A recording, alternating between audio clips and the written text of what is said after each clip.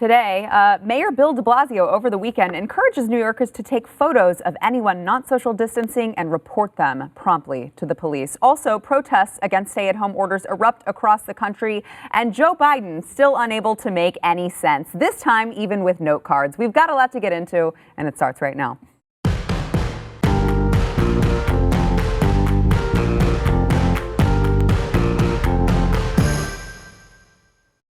Hey, happy Monday. I'm sure you probably don't know what day it is because we're all living in Groundhog Day over and over and over again. I am Sarah Gonzalez, today joined by Chad Prather, host of the Chad Prather Show. I've gained 12 pounns. Have you? Yeah.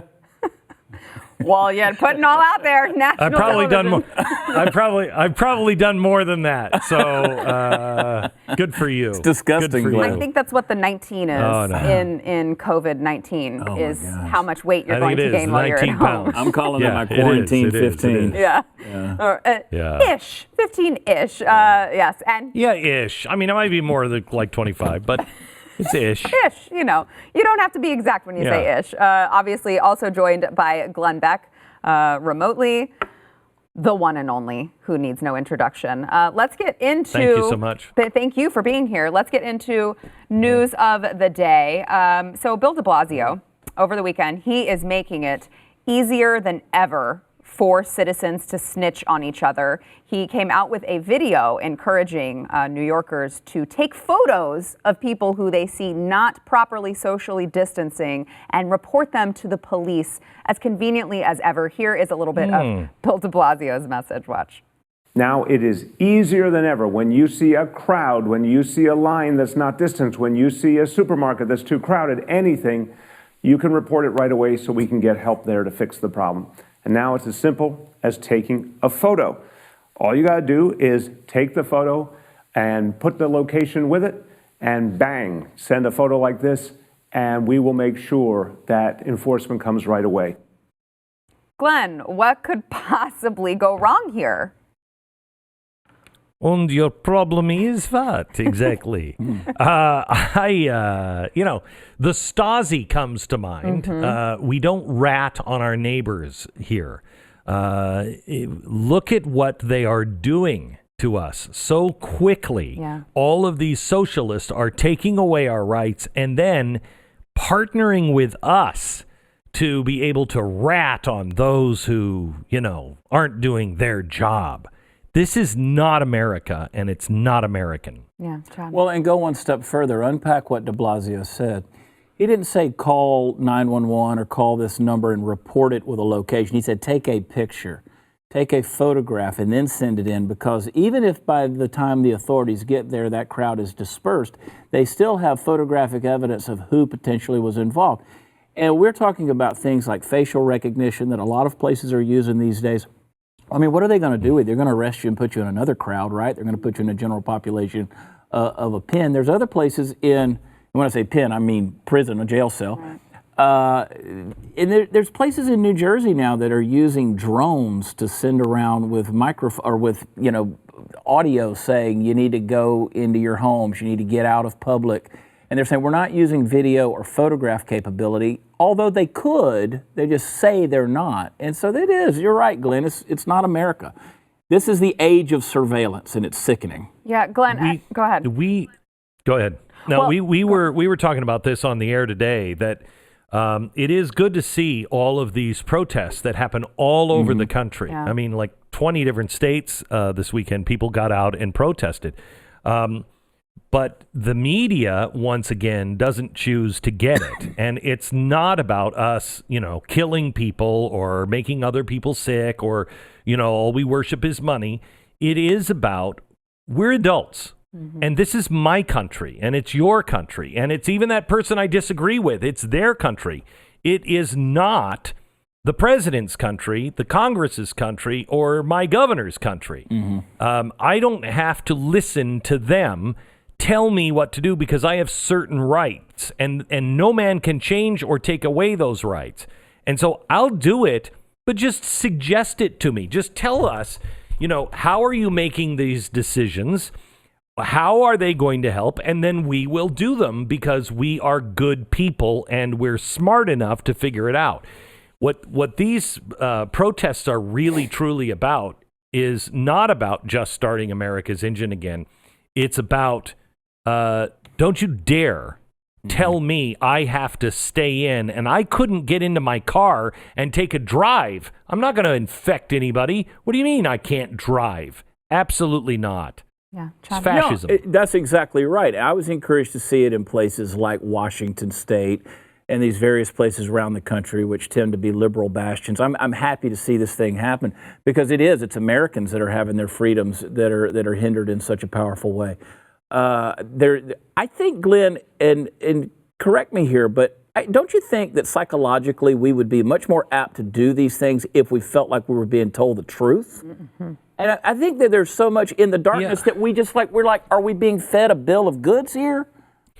And just forced into something that we don't understand? Here's the problem. There is no trust. It's an implosion of trust. And so you don't believe the truth even if you get the truth. And what is the truth now? Is it the truth Facebook and the WHO, CNN and what the Chinese Communist Party is saying, or what we're saying, or what Donald Trump is saying? So we no longer agree on the truth, which is really, truly frightening.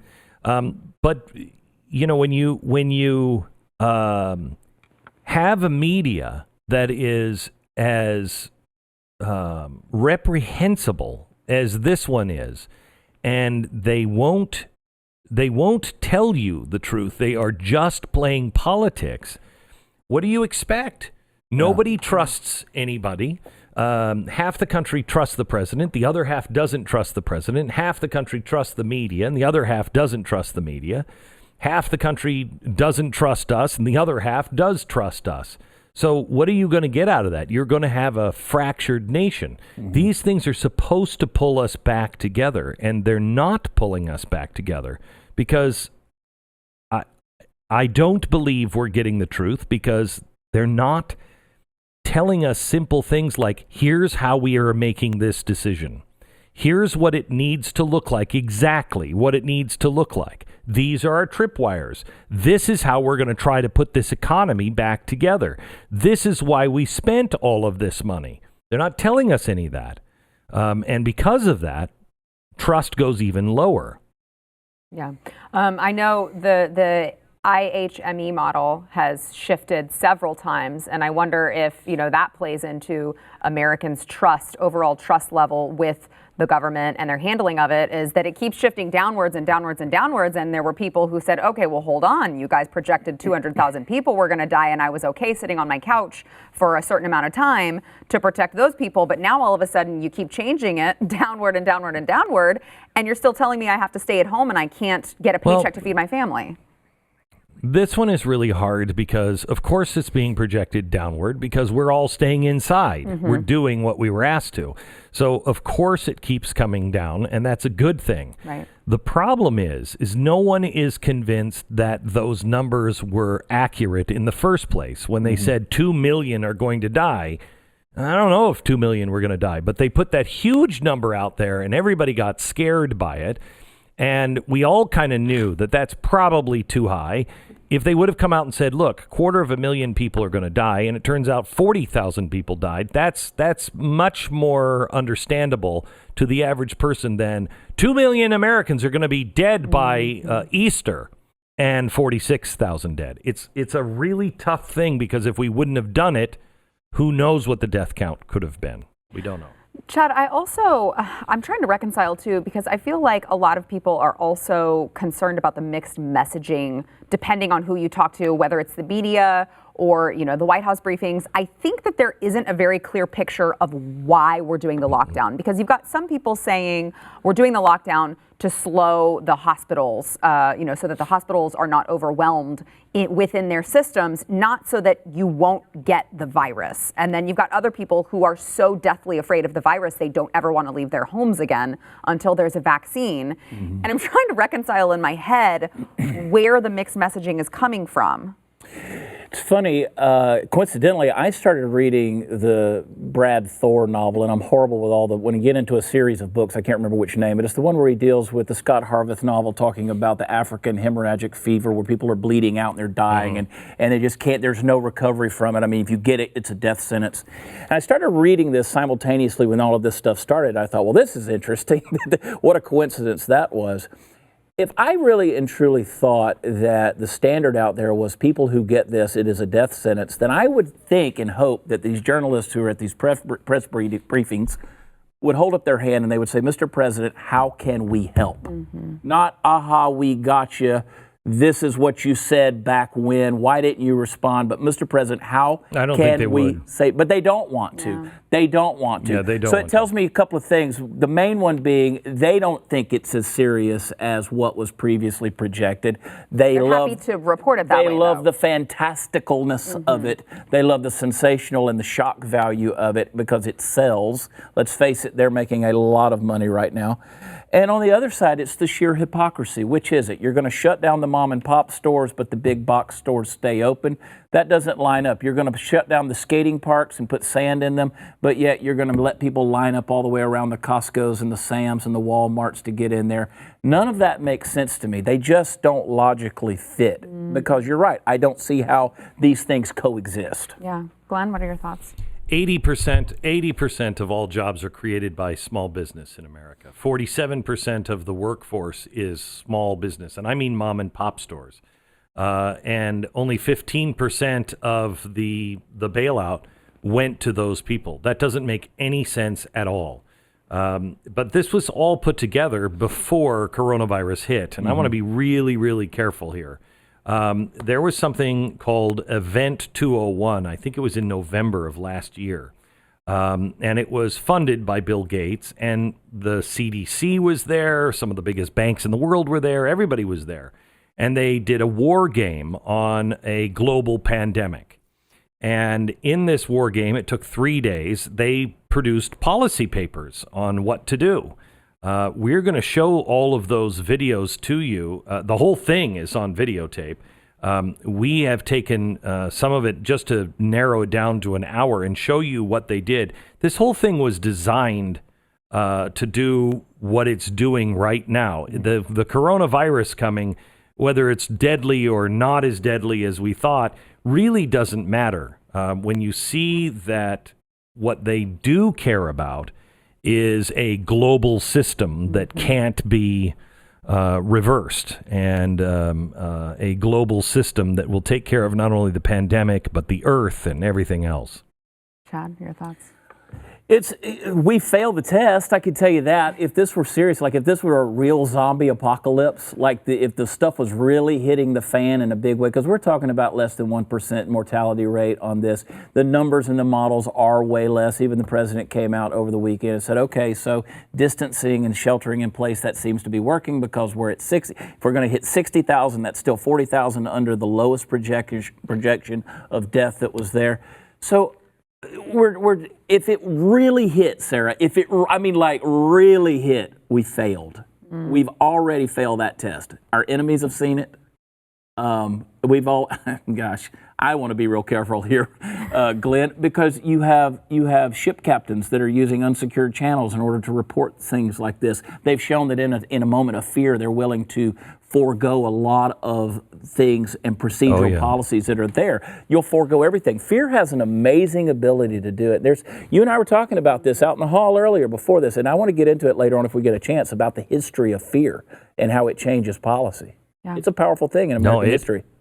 Glenn. There's only two things that change things: a movement of love, like Martin Luther King, or a movement of fear, like World War II, or this. And love is harder to. Usually, the love people get killed. Gandhi and Martin Luther King, they usually end up dead because fear is so powerful. And if you're looking at a time of global fear that hasn't even begun. If you think people were afraid, wait until we get to maybe September, October next year. Yeah, I want to get into the history of fear and just how we've seen how willingly Americans are just going to hand over their freedoms and liberties just because they are scared. First, we want to thank our sponsor, Expressvpn. So being stuck at home these days, and when I say these days, I mean 24/7, just forever. Did I mention it feels like Groundhog Day over and over and over again? You probably don't think very much about internet privacy on your own home network. However, you think you can fire up incognito mode on your browser and no one can see what you're doing. Well, that's actually incorrect. Even in incognito mode, your online activity can still be traced and you can do whatever you like, clear your browsing history. Your internet service provider can still see every single website you've ever visited. Yeah, some of you were like, oh, crap. Well, that's why even when I am at home, I never go online without using ExpressVPN. ExpressVPN makes sure that your ISP cannot see what sites you visit, and they reroute you through ExpressVPN's secure servers. Each ExpressVPN server has an IP address that's shared among thousands of users. That means that you are anonymous. Nothing you do can be traced back to you. Now, don't be going and doing anything crazy, all right? But you don't want big tech getting your information. ExpressVPN encrypts 100% of your data with best-in-class encryption. Your info is always protected. You can use the internet with confidence from whatever device you have. ExpressVPN has you covered on all of them. You tap a button and you are protected. Get ExpressVPN. You can go to expressvpn.com/y. You can get 3 months free on a 1-year package. That is expressvpn.com/y. Chad, I know you said that you wanted a chance to get into the history of fear, seeing how fear is changing so many Americans' minds and hearts. And who better to talk about the history of fear than the two history buffs right here? Yeah. So bring it on, baby. I know a guy. Let's see if I can give you a springboard to jump off of, Glenn.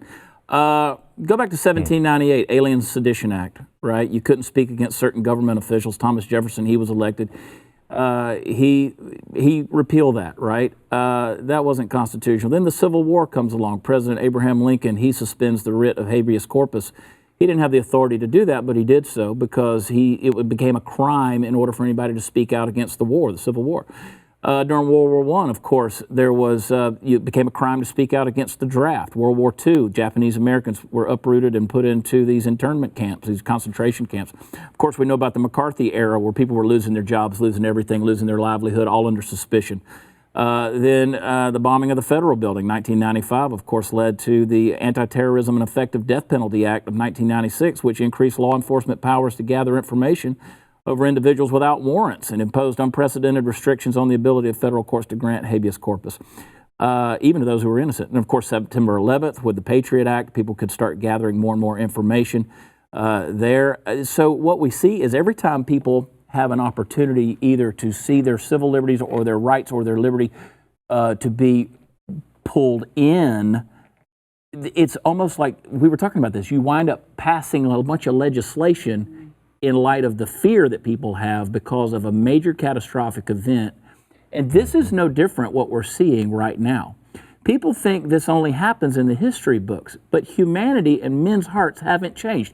We've seen how senators and congresspeople have shown they're wielding some ungodly power and really bad, but now we're seeing governors of states and mayors of cities doing it, and it's disgusting to watch. It's the same thing happening all over again, and I think we're seeing it happen right now today.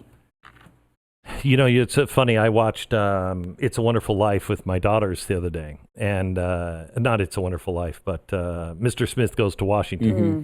And when you watch that, I had forgotten what that bill was all about. That bill was about they had put pork in the middle of a bailout bill. And so, it rings absolutely true. They're like, we have got to pass this for the American people. There are jobs at stake. There are people that are going hungry. And this senator wants to hold all of it up because of this little dam project. Mm-hmm. And I thought, boy, nothing has changed. Nothing has changed at all.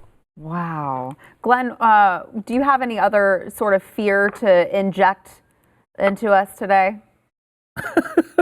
Well, I'm glad you asked. Yes, of course, I always have something.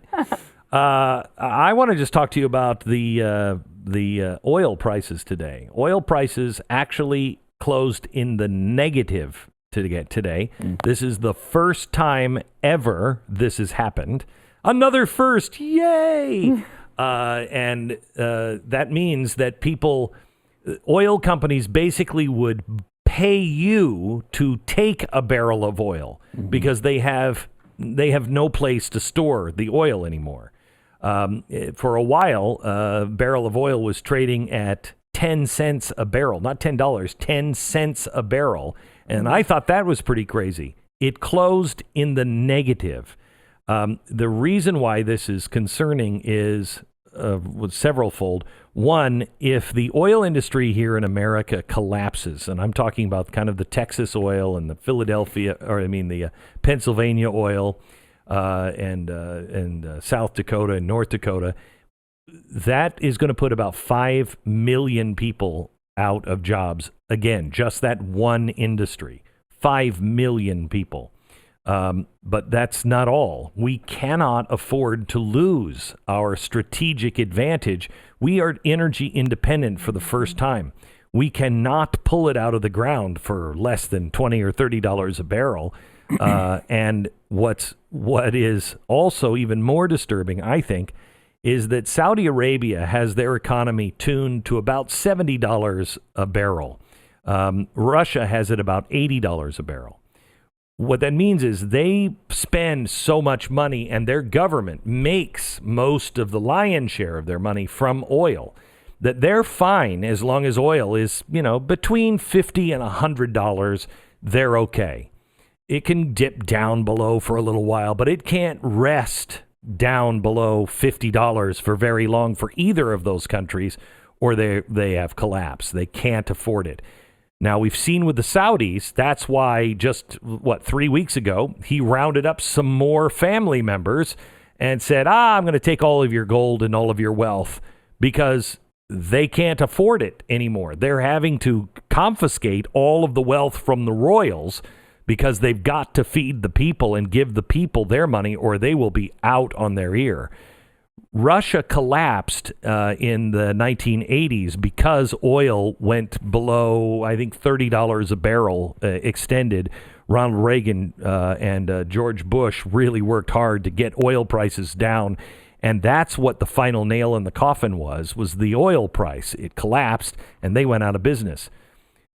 Vladimir Putin was there the last time they went out of business. He's not going to go out of business again. Oil cannot stay this low for countries to survive. If this is sustained at $10, $20 a barrel and not going anywhere, those are the things that wars are fought over. Because there's one way to jack the price of oil up, and that is war. Get those aircraft carriers and those airplanes up and out, and we'll get that oil price back up. Chad. Well, we're puppets in a big game, aren't we? And here we were just worried just a few weeks ago about the world ending in 12 years because of global climate change. And now people's fear have gotten to a point of exacerbation where you can't even talk numbers realistically about the death rate of COVID virus or the contraction rate. Now we're going to war. Glenn's an encourager. He should write Christmas cards. That's what he should do. I'm hoping not. Maybe that'll get the I'm petroleum hoping not. up. I am just telling you that the oil collapse is a very big deal. Very, very big deal. And it fell this morning when I went on the air. It had already fallen 45% to $12 a barrel. All of that was gone by the end of the day. And again, something no one has ever seen before. Seriously, how does it fall that quickly in that short amount of time? I don't even understand how that's possible. Okay, so I told you last week that gasoline was at 12 cents a gallon. The historic low is 14 cents a gallon in inflation adjusted. So we had already seen the lowest wholesale gas price of all time. That was last week. I also told you at the beginning of the coronavirus thing, when they started fighting back and forth, Saudi Arabia and Russia, that you could see a negative oil price. And the problem is that there is no more place to put oil.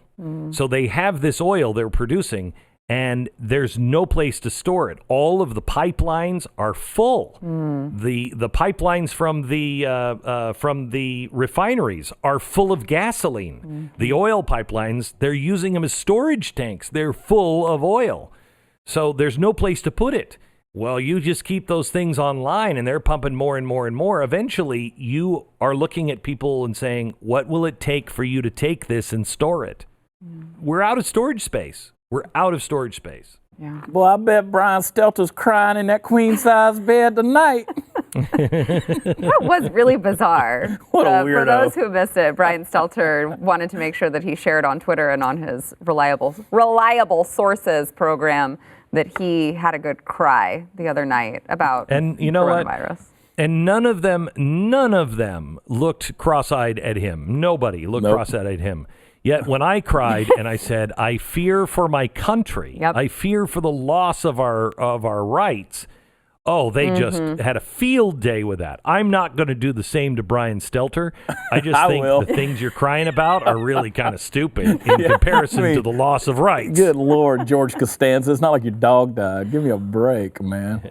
I was going to say something, but I'm going to save it for off air. When we come back, we are going to get into Nancy Pelosi, who assured Chris Wallace that she was not encouraging people to actually go out during coronavirus. We'll get into that. But first, we want to thank our sponsor, Patriot Mobile. All right, Patriot Mobile has a huge announcement. They are actually reducing their prices even further, and they were already super duper affordable. Now they are reducing them even further to help you guys out, those of you who are suffering economically right now during this coronavirus pandemic. Right now, they've got family plans for $25 through $55, whichever meets your family's needs. Patriot Mobile does not charge hidden fees. And this is the greatest thing about Patriot Mobile that we love here at Blaze TV is that they are not giving a portion of your bill that you're paying your hard-earned money to big, left-leaning causes like Planned Parenthood and places who want to take your guns away. They are a conservative company, and they are actually sending a portion of your bill to causes that you believe in, that you are fighting for. So you can feel good whenever you send in your bill for the month. You're getting the best prices, and they are supporting the values that you believe in. Switching is easy. You can keep your phone number. It's 2020 now, you guys. It's really easy to keep your phone number, really easy to keep all your contacts, porting everything over. Very simple. Plus, you will get free activation and a free gift. All you got to do is go to patriotmobile.com/news. Get that customized family plan today. You can pick your plan, $25, $35, $45, or $55, depending on your needs. That is patriotmobile.com/news. Speaker of the House Nancy Pelosi has been very quick recently to criticize Donald Trump for doing the wrong thing, not acting quickly enough. Basically, whatever armchair quarterback comment that she can make about the way that President Trump has handled coronavirus, she has been willing to make. She was on with Chris Wallace over the weekend, and Chris Wallace pointed out to her that Donald Trump was not the only one who was trying to just calm Americans' fears, that Nancy Pelosi, she herself, did it as well, encouraged people to go out to Chinatown. This was, I think, roughly a month after coronavirus had entered the country, so not before it had come. And here is a little bit of that exchange between Chris Wallace and Nancy Pelosi. You, as you are right now, have been very critical of President Trump, especially for what you say is the time that he lost initially in January and February in responding to the virus. But I want to point out that on February 24th, you went on a walking tour of Chinatown to try to promote tourism there. And here's some of what you had to say. That's what we're trying to do today, is to say everything is fine here. Come, because precautions have been taken. We think it's very safe to be in Chinatown and hope that others will come. If the president underplayed the threat in the early days, Speaker Pelosi, didn't you as well? No, what we're trying to do is to end the discrimination, the stigma that was going out against the Asian American community. And in fact, if you will look, the record will show that our Chinatown has been a model of containing and preventing the virus. So I'm confident in our folks there and thought it was necessary to offset some of the things that the president and others were saying about Asian Americans and making them a target of violence across the country. In fact, some hate crimes. But forgive me, don't you think that when you're out walking without any masks, I understand this is February, not April, when this happened, and saying that there's no threat, it's perfectly safe there, weren't you also adding to this perception that there wasn't such a threat generally? No, I was saying that you should not discriminate against Chinese Americans. Glenn, you heard it from her, straight from the horse's mouth. She was just trying to offset what President Trump was saying about Asian Americans. Look, why are you questioning somebody that has $3,700 of ice cream in her $25,000 freezer? I mean, she obviously is better than all of us. I just think this is it's so ridiculous.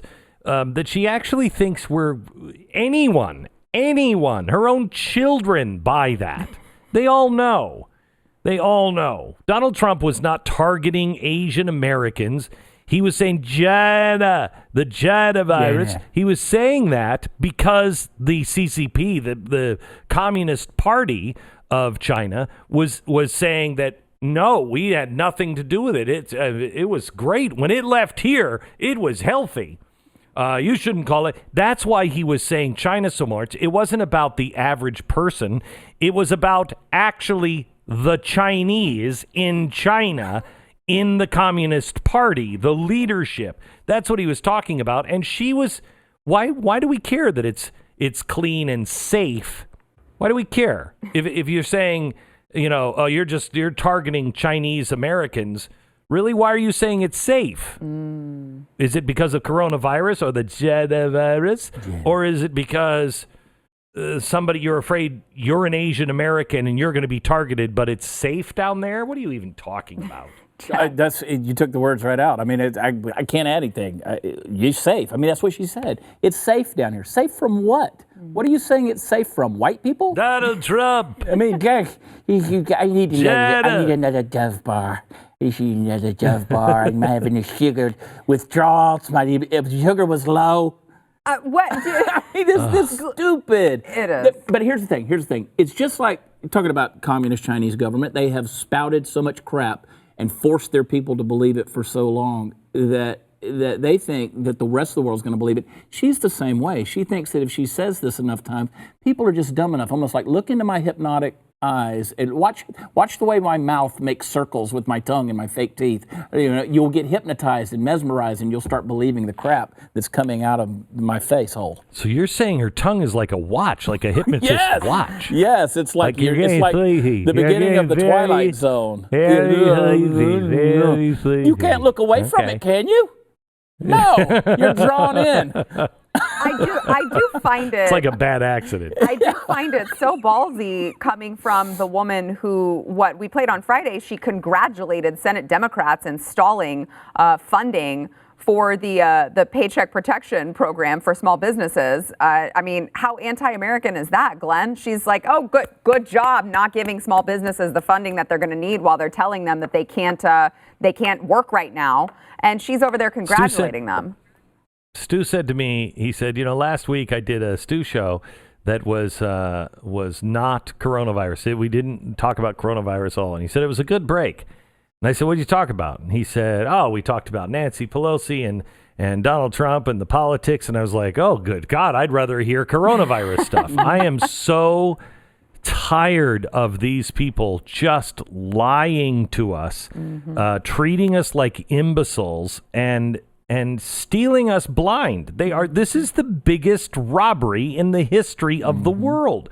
We got a lot of number ones happening in the next, the last couple of weeks and the next few months. It is. And Chad, to add to that, there are several states now that are coming out and asking the federal government for bailout money to pay for their state pensions and so on and so forth. What because, a surprise. Yeah. Those pensions went bad? No. Really? Who I thought would have they ever had thought?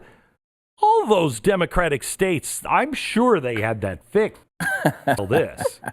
I hear the Kennedy Center is hiring. I can't spit words out today. I hear the Kennedy Center is hiring. Nancy. Look at my tongue. I've been looking at Nancy for too long. I refrain from making fun of Joe Biden today. It's No, horrible. he's coming up I next. know, but I can't talk. So, hey, listen, she needs to get her plastic surgeon on the private jet. They can take all of her tanks of Botox, get back to Washington, D.C., and do her job. It's ridiculous. But, I mean, obviously, you see, she's so out of touch. So out of touch. That face? You're saying that face is out of touch? No clue. I guarantee you, Glenn, and I can't say this for sure, but I would be willing to put money on it, that when that little soundbite heard down on the street in Chinatown was over with, her people covered her up and rushed her out so fast that she did not want to be caught dead down there once the cameras were clicked off. Yeah. Yeah, I'm sure that's the As soon as the cameras were out of sight, she was back home. Gone. Eating ice cream. Very expensive ice cream, by the way. When we come back, Joe Biden over the weekend, he cannot seem to formulate sentences, even with note cards this time. We'll get into that. But we want to thank our sponsor, Rough Greens. So dry dog food, the dry dog food that you are buying your dog. I'm sure that you are a wonderful pet owner and you want to provide your dog with the best. So you're buying this really expensive dry dog food. Well, in order to give it that 2 to 3 year shelf life, the dry dog food manufacturers actually sterilize the food whenever they make it. So they're killing all of the good stuff that is in the pet's food that they need, like probiotics, enzymes, vitamins, and healthy microbacteria. They're not getting that from their food anymore because it's being cooked out. It's dead food. So we have a dog at home, and I know Glenn, his dog has benefited greatly from Rough Greens as well. Rough Greens by Vitasmart. Does he? He asked for it by name. Yeah, and I'm like, Rough Greens. It truly is. And it's not a dog food. It's not going to take over your dog's food. It's just a supplement that you sprinkle on top of the dog's food. They love it, and it puts all of those probiotics, enzymes, microbacteria, it puts it all back in there. Take the Rough Greens 14-day Jumpstart Challenge today. For $14.95, you will see the difference in your dog in 14 days or less. I've seen it in my dog. Glenn has seen it in his dog. You will see it as well. If you want to see your dog thrive again, go to roughgreens.com/blaze. That is RUFF greens.com/blaze. Nancy Pelosi, of course, not the only one to criticize President Trump's handling of the coronavirus pandemic. Joe Biden was making the rounds over the weekend on all of the cable news outlets. He brought his notes along with him, as you will be able to see. You can hear the crinkling of the notes at one point in this particular clip. He brought his notes. I think he thought he was going to nail it. I don't think it ended up that way, but I will let you decide for yourself. Watch. Avoid those very high numbers, we have to do at least several things. One, we have to depend on what the president's going to do right now. And first of all, he has to wait till the cases before anything happens. Look, the whole idea is he's got to get in place things that were shortages of. Oh, my gosh. Can I just tell you? No. I want to write it down. Somebody write it down. Mark my word. When the debates start, the press is going to crucify Donald Trump as a bully. Yes. When the debates start, they're going to say he's being abusive to this man. Yeah. He's being mean-spirited to this man. He won't let him talk. He won't let him get a word in edgewise. He doesn't even let Joe make any sense when Joe tries to talk. Watch. Donald Trump will be a bully when it happens. I'm going to give another prediction. Only one of us can be right. He doesn't make it to the debate. That was going to be my question. They get to the convention and they're like, okay, guys, he was a placeholder. None of us were serious. Somebody else was supposed to beat him. And they will find a way to make sure that he's off. Either that, or they're just going to pick, Michelle Obama as a vice president, and she'll be in day number 1. Yeah. Well, maybe 2. Well, he'll have the parade. They'll spend the money on the parade. Everything will be social distanced. I mean, really, blows my mind. I see people online who are like, at the same time that they say, that's very mean, you can't say anything negative about him, they say, well, he's old, okay? He's just getting older. Sometimes he doesn't make sense. And I'm like, but how can you want that person to be president? Yeah. President of the United States. Right. I mean, they say that Donald Trump, he can't string together a sentence. The guy's a moron. Well, okay. I don't happen to agree with you, but I can see how you're saying that. Can you at least see how we're saying the guy is deteriorating quickly? He's becoming senile quickly. Can you not see that? At least recognize reality. Exactly. Can you? You always know his tell is when he goes, okay, look. That's when he's off. He's lost it at that point. Okay, look. And he puts the hands out there. Yeah. That's when he doesn't. He wants to put his hands on you. Look. Yeah, look, what I'm trying to say is I wish I could sniff your hair. Okay? Look. That's all I'm saying. Actually, I think one of my favorites is when he says, look, I've talked too much about that. All right, I'm going to get into something else. And he's, in fact, just started the idea of it all. But Glenn, what do you think? Barack Obama, he waited so long to endorse his former vice president that he picked to be the one person to be in charge of the country should anything happen because to Barack him. Obama knows he's a loser. Yeah. Well, I know, because he knows there's no way he was going to win. So why endorse him? Endorse him when I absolutely have to. So why not? So did he just have to do that before the convention? Because my thought is like, well, why do it now if you know that the Democrats are going to try to replace him? Yeah, I think if he's the nominee, you got to go. You've got to endorse. I mean, if you're Barack Obama, you have to. Chad. Even though Joe said not to, Joe begged him not to endorse me. That's true. That was really rude of Obama, actually, if you think about it. It was kind of bad. It really was. This thing, I think that the three of us are people of conviction, right? We've gone out on limbs. We've gotten our share of crud for it. I mean, some more than others. I won't point to the big guy there. But listen, we've caught our crap for our convictions. I would hate to think that I would become so spineless as to pull what Barack Obama just did by finally coming out when there was literally no one else. The man can't be allowed to look wrong or to look like a failure, and he knew in this case he had to wait, and he had to endorse him. Yeah. All right, back in a minute. I know I loved when Andrea Mitchell called his endorsement like the biggest moment of the 2020. Jesus, Lord have mercy. All right, Friday's poll. Who has been the most dishonest about COVID-19? China won this one. China. 51.5%. Followed closely by the media. Not closely enough, I think, though. 37.7%. The World Health Organization coming in at 8%, and President Trump at 2.5%. Today's poll, what is the craziest thing Joe Biden has said on the 2020 campaign trail? All right, here are your options. Look fat. Dog-faced pony soldier, the corn pop story, or the kids with the leg hair comment?